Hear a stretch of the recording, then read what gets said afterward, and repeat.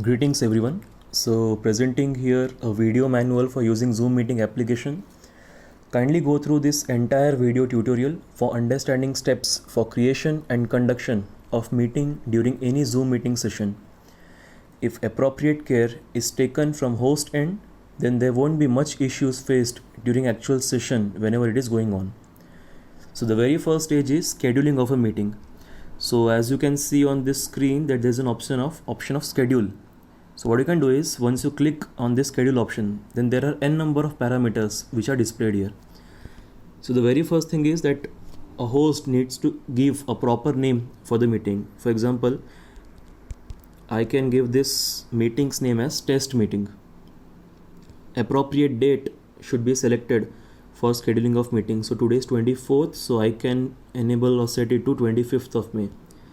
Start timing is essential as it is the time when meeting will commence. So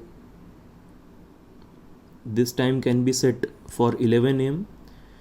To time is not mandatory since during lockdown period basic limit of 40 minutes is removed for all users, as it is also displayed on this screen. So but still then I am setting this ending time of 5:30.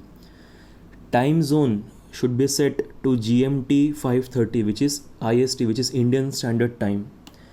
Now repeat option can be used to create recurring meeting. This option can be explored to create duplication of meeting with same nature on hourly basis, daily basis, weekly basis, bi-weekly basis, monthly basis or yearly basis. So it is subjective to user.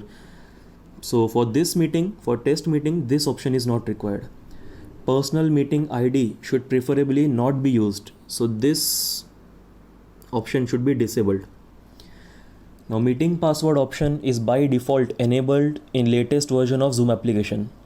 So password can be kept as it is on random basis or can be set personally also. So if I click on this screen and if I wish to change this password to any value of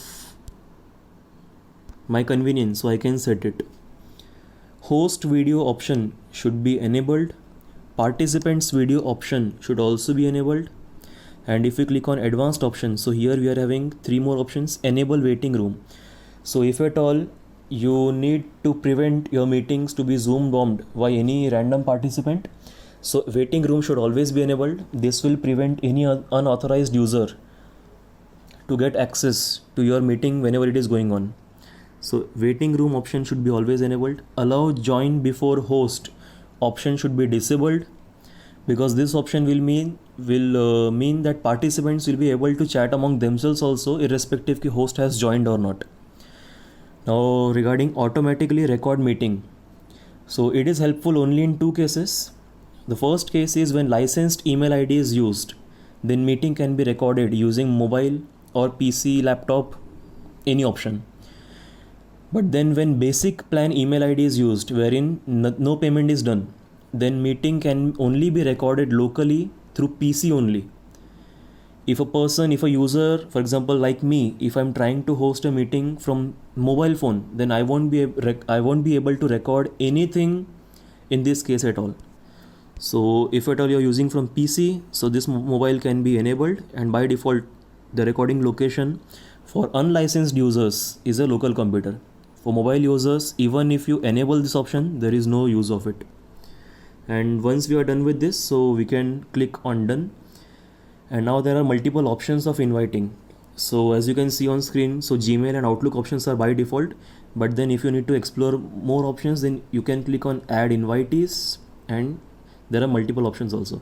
So if somehow you need to pass this link through Google Classroom or through any other tool, for WhatsApp, so you can click on copy to clipboard, and your entire content regarding invitation is being copied, and accordingly you can paste. And if by somehow you find that there is some content which needs to be modified here, so you can click on edit option, and again that care can be taken off and it can be clicked, it can be saved. So this was all about scheduling of meeting.